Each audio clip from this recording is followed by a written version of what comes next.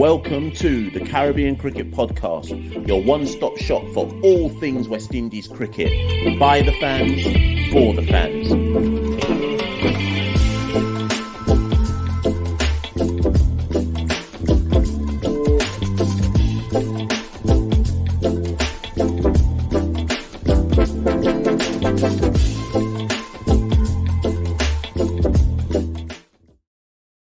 Roach, and I listen to the Caribbean Cricket Podcast. Indeed you are, people. Welcome to another episode of the Caribbean Cricket Podcast. I believe this is episode 77 of the Caribbean Cricket Podcast. My name is Mashal St. Patrick Hewitt, one half of the Caribbean Cricket Podcast. And as ever, you know who's with me. Yep, Santoki here, Mash, and we've got a special guest on today's episode. He took the headlines recently in Super 50s for one of the standout innings of the year in the regional season. But beyond that, Mash, I feel like he's someone who's had a true West Indian cricketing experience. He's played for Trinidad and Tobago in first-class cricket, Barbados Pride in 50 over. In CPL, he's played for Guyana and St. Lucia. So we're here to get him on to talk about his experience of playing in the region. So without further ado, Mash, do you want to introduce our guest for today's episode?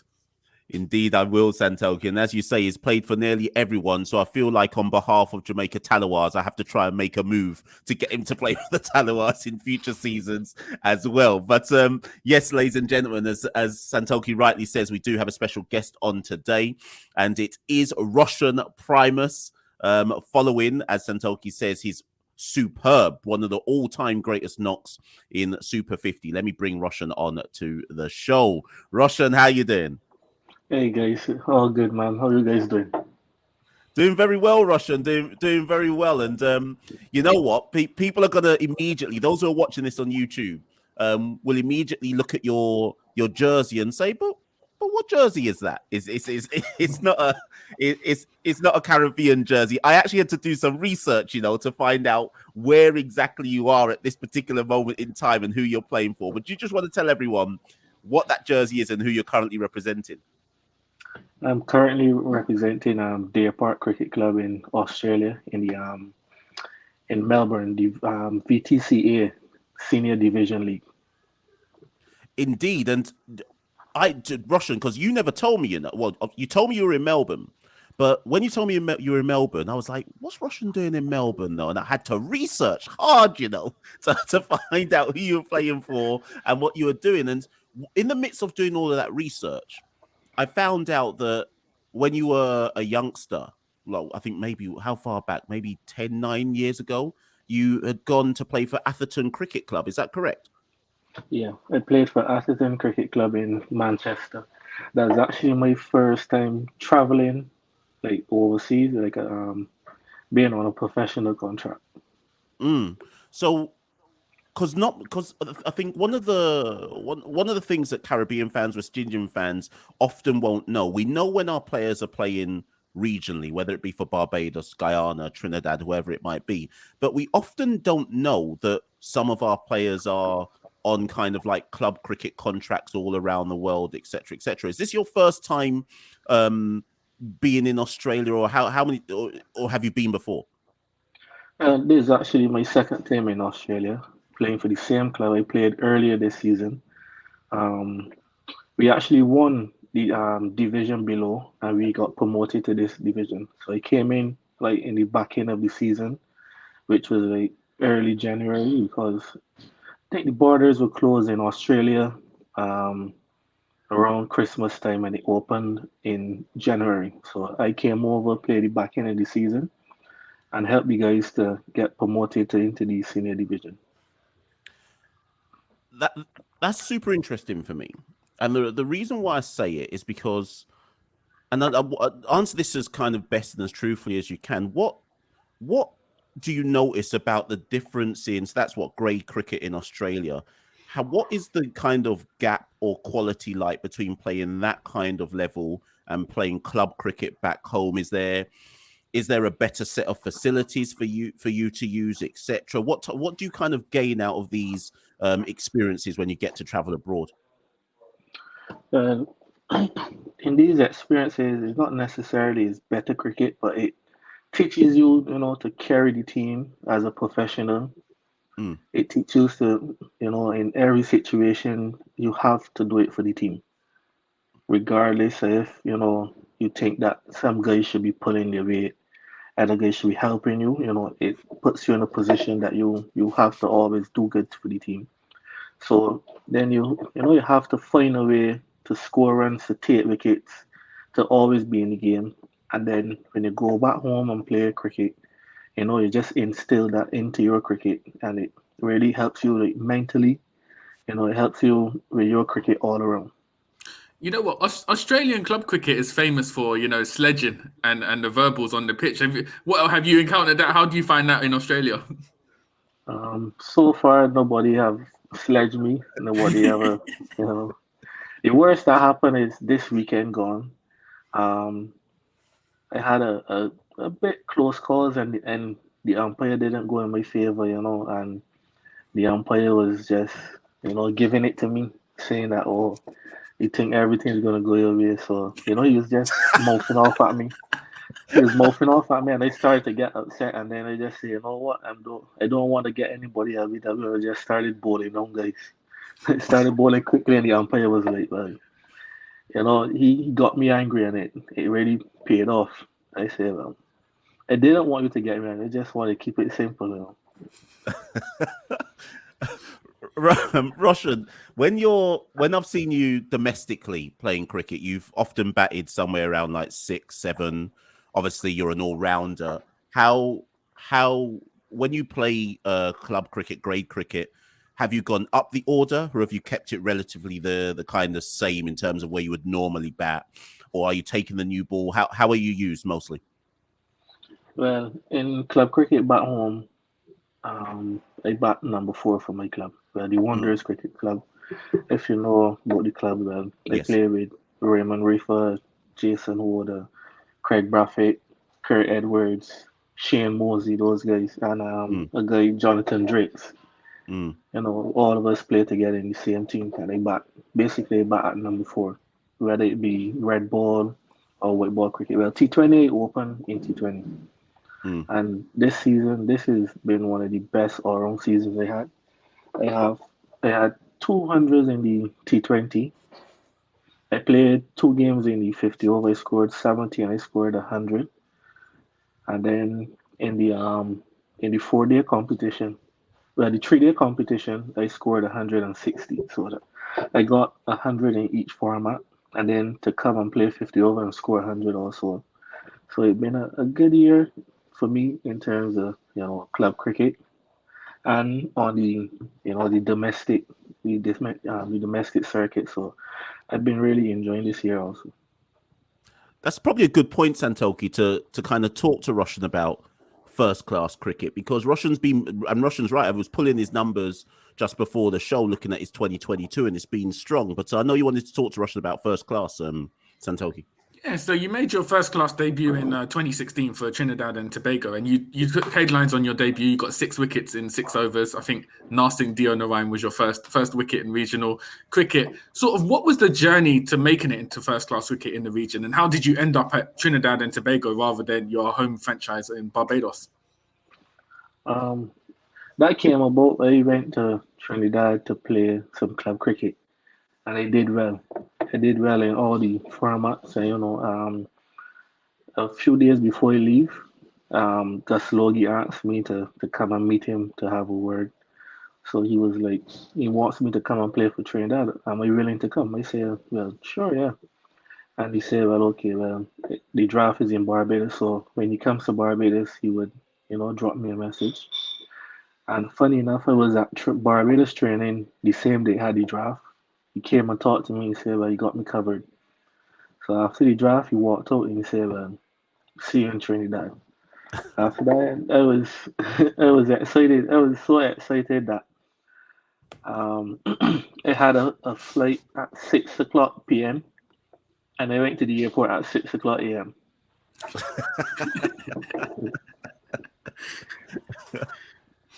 And that season, you also averaged 39 with the batting at like around 8.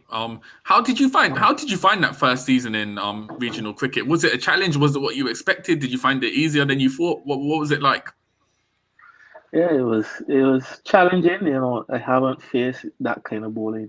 Guys much faster, and guys that are pretty skillful. So it was challenging, but I always back myself, say well, like I made it playing this kind of way, so I'm gonna stick with it. So it really worked out for me.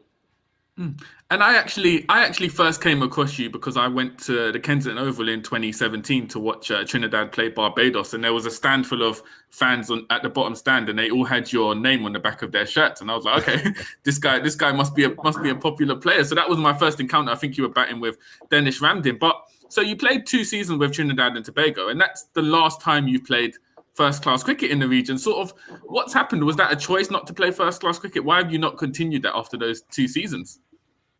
It had a bit of controversy, but that's the past. But it was not my choice to stop playing. They always say that I enjoy playing 4-day cricket. You have a lot of time to do what you have to do. You make mistakes, you may not be good at that point. I still have a few more days to, get back into the game. And I always enjoy it and I always wanted to play. But, after that season, it been a pretty rough patch for me in terms of getting back on the domestic circuit. Had a few years that I did really well in club cricket. I scored almost every season. I was scoring 500 runs. Had a season I scored. I had most runs. I had the most runs in the 4-day competition. Also, I got the male cricketer of the year, and I still didn't get picked for Barbados. So it's been tough, but I still I keep at it. That's interesting, Roshon, because I think it's so easy sometimes for people to pigeonhole like the current generation of West Indian cricketers and say, oh, they don't want to play Test cricket, etc., etc. And you're still putting the numbers in club cricket. And if we slightly pivot to the Super 50, now obviously you had the standout knock of the whole Super 50 tournament, the best innings of the tournament. And I'm gonna shout out someone you probably know very well. Before the tournament started, we did a preview show with Nikhil Uttam Chandani about the Barbados pride going into the tournament, and Nikhil's exact words to me were, "Watch out for Roshon Primus. He has the ability to take down any attack in this competition." And then, of course, you left it late, but semi-final, you took down one of the best attacks in the competition for one of the all-time Super 50 knocks. If we just focus on that knock first and foremost, I mean, the situation you came into, if I remember rightly, I think Barbados was something like, I'm going to say something like 100 and maybe 20 odd for 5, something like that. And in a situation where chasing down 300 plus looked absolutely no. How did that not play out for you? Was it just, I'm just gonna go for it, or were you taking it stages by stages? How do you play an innings like that? To be honest, I just whenever I talked about it, was like well, we're in the trenches right now. But this is a good opportunity for me to get a score. And I just went about it like, thinking to myself, like, been batting good all year, been batting good in Super 50, just got a few unlucky outs. And I say, what, this is the time. And before that game, I sit down next to Jonathan Carter and I told him, what, I got an innings to play. And I feeling the itch. I'm feeling the itch. And then after I told him that, I went to tell Ryan Hines the same thing. I tell him, tonight I feeling it. And what really drive me is that, Nicholas Puran came out and started smashing the ball all over the place, I went for some runs, some of the bowlers, most of the bowlers went for runs. And one thing I always believe, I'm a team player. So we sit down, me and Akeem Jordan, we sit down at the lunchtime, and he was like, Puran just come out and just beat ball. I sit down to him, I say, Jordan, I don't know about you, but I can't play a cricket game and I watch my teammates go all over the park and somebody from the next team don't go all over the park. So somebody got to hold some licks tonight. So all I was like, I just want to get in get a score. I keep looking at the scoreboard and I saw I got 50. I say, all right, got 50. I say, you know what? Well, I can have a go at it. And I just started to go, and then, everything was just coming out the middle. So I said, I'm going to take it all the way. I say, I can try my best to see how close I can bring this game. And, eventually it started to get close. It started to get close. And then I say, well, all right. And I started to calculate the game, and I say, if I could get certain amount of runs out of certain of guys over, the guys that I really think that I fancy, I say, well, it would bring it straight down to how I want it to be. And it started to pan out very good. It's only unfortunately in the end that I couldn't bring the guys over the line. Yeah, because I remember the final over. I think Shannon Gabriel bowled the final over, and there's like the clip where at the end you're kind of like on your haunches, really disappointed that you weren't able to get it over the line. And in many ways, though, that summed up just how great an innings it was. That you clearly, and I'm talking about somebody looking at it through the TV screen, you clearly must have thought, I can do this. I can actually chase this total down. But to give Shannon his due, he did pull off a very good final over in terms of getting the ball right in the block hole. Do you think you missed out on any possible shots in that final over, or do you just think you have to hand it to Shannon and say, you know what, he bowled a good last over? It was a mixture. Honestly, I think I missed out on like two balls that I could actually hit for six. I lose my shape, and that and that was one of the key points in me not bringing home the game. Losing my shape in the last over, and it was playing on my mind. Not everybody was saying, "Oh, it's a good innings." You can't fault yourself, you can't feel down. But I believe, and I know that I missed out on two balls, at least two balls, two sixes, and that would have been the game for me. So that's why it keep playing on my mind. Everybody would say it's a great innings. How I feel after I didn't really, I wasn't really too, happy about it because I know that I really wanted to win the game. When you play an innings like that, and you may not be able to say, but everyone starts talking about it, your name is now reverberating around the region, which is interesting because obviously you've been playing for quite a while. It's not like, and you're still young, obviously, but did you start to have anybody saying to you, right, with that type of knock, international colours might come calling? Where do you see your career at this point in time? Because every West Indian player harbours the ambition to play for West Indies in at least some format of cricket.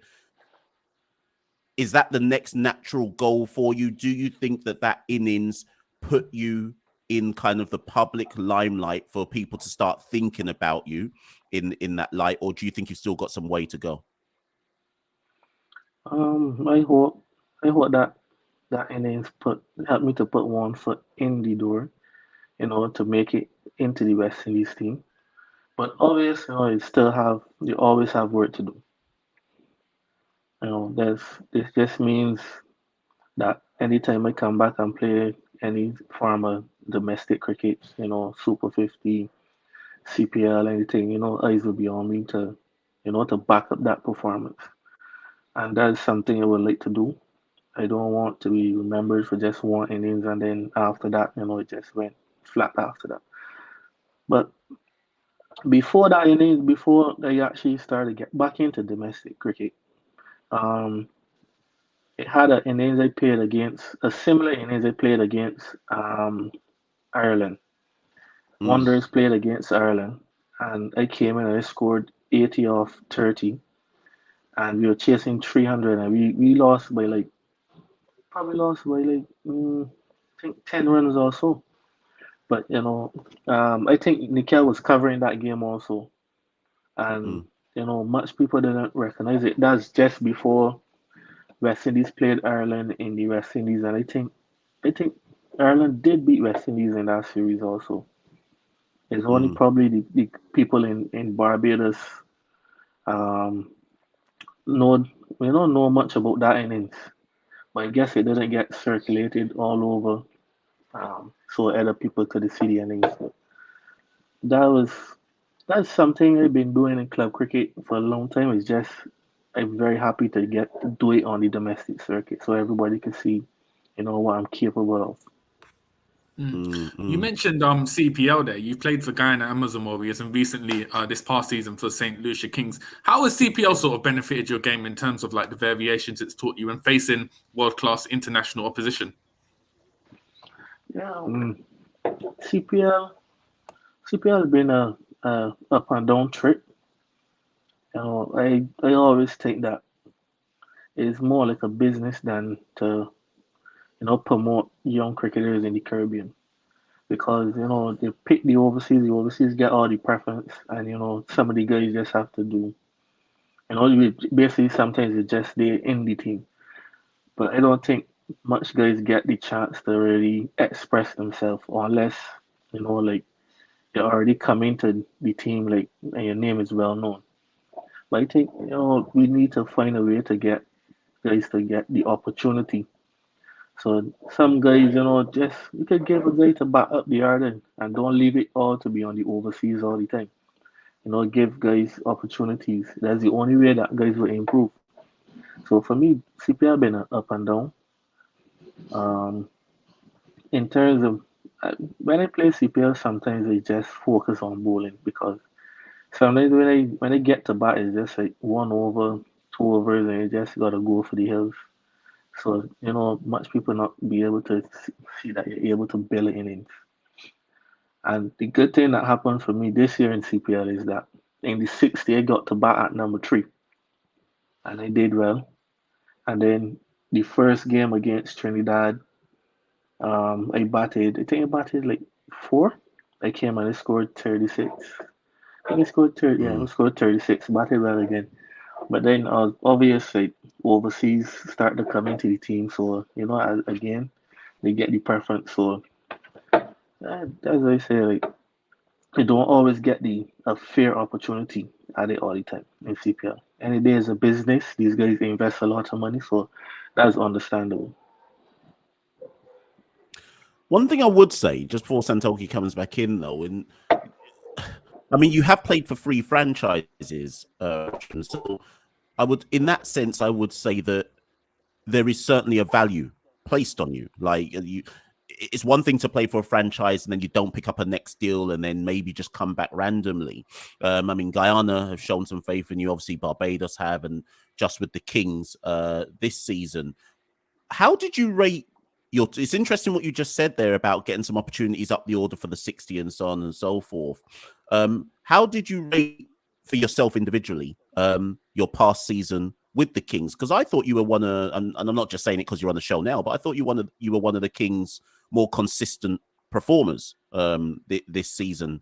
Certainly with the ball, I thought you bowled some impressive spells for the Kings. And I hear what you're saying with maybe not having the chance to bat higher up the order. But how do you reflect on this particular season just gone? This season, this was, for me, in my mind, it was a make or break, because I didn't play CPL for the last two or so years. So just to get back in, it was a make or break. Sometimes you get back in and you only get one season to prove yourself. So for me, it was just like, go out there. You've been doing well all the time, so just go out there and just execute your skills. And I think I had a good season with the ball. This is okay. Played a few good innings also, but more so with the ball. Had some crucial times that I came in and I bowled well and helped us to win some games. But unfortunately, I was a traveling reserve, so I couldn't play all the games. I could only play when somebody was injured. I didn't know that, actually. So that's actually news to me. I had no idea about it. There was me just thinking you were just part of the team from the very beginning. Sorry, Santoki, I'll let you come back in. Yeah, there's been a lot of calls from players, Jason Holder, Kyron Pollard, about the Caribbean needing a T20 domestic tournament separate from CPL. Going on what you said about CPL being a business and the emphasis on overseas players, do you think that's what the region badly needs, a domestic T20 tournament? Yeah, definitely need a domestic T20 tournament so guys could showcase their talent. So when they come into CPL team, everybody know what these guys are capable of, and they will get a fair opportunity, to execute their skills. Most definitely. Sorry, Santoki, sorry, did you want to? No, that's a very very interesting point, and it's something a lot of people have called for. But Mash, we've got a big final question that we ask all guests on our show, and Roshan is no different. So, do you want to go ahead with the big question? Yes. Okay, Russian. there's a big question which then splits into three questions. So I'll break it down for you. Every guest who comes on has to answer these questions, no matter what. Okay. So, sorry, and the only thing you're not allowed to do is you're not allowed to pick your own home territory. What is the best grounds to play at in the Caribbean? So I can't pick my home ground. can't, can't pick Kensington. Let me see. Next best. Next best is probably I like Survive. Oh, really? Yeah, I like Survive ground. You have to give me the reason why. I don't know well, it's a nice open ground, grass banks. I think like the view and everything, and like it's really good for cricket.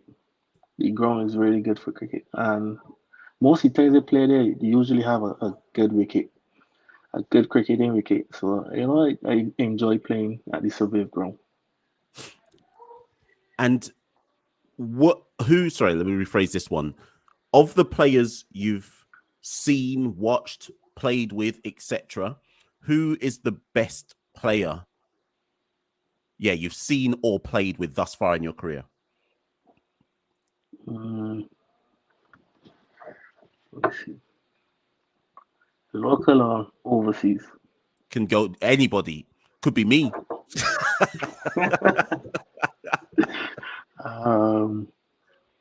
Let me think. One of the best players I play with. Probably,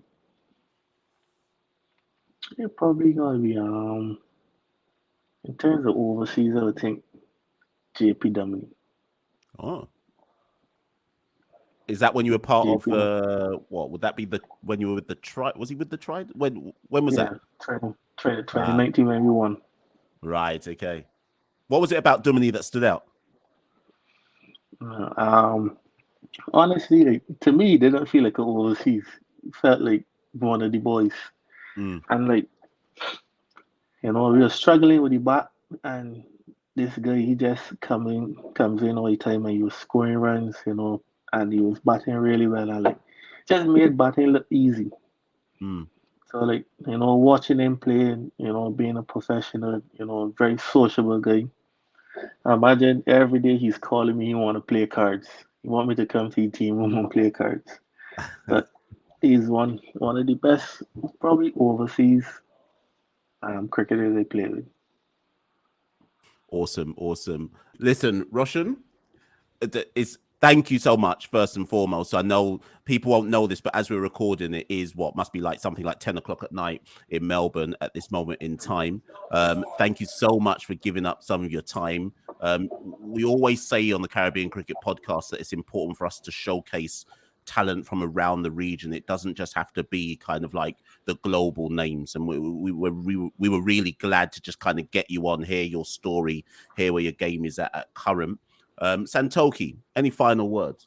No, absolute pleasure, Roshan. Thank you for giving up your time. All the best for the rest of your season in Australia, and hopefully we see you successfully in the region again next year with some good performances. Yeah, thank you very much. Thank you guys for having me. I really appreciate it. Thanks for letting me to come on and tell my story. Thanks for the kind words also.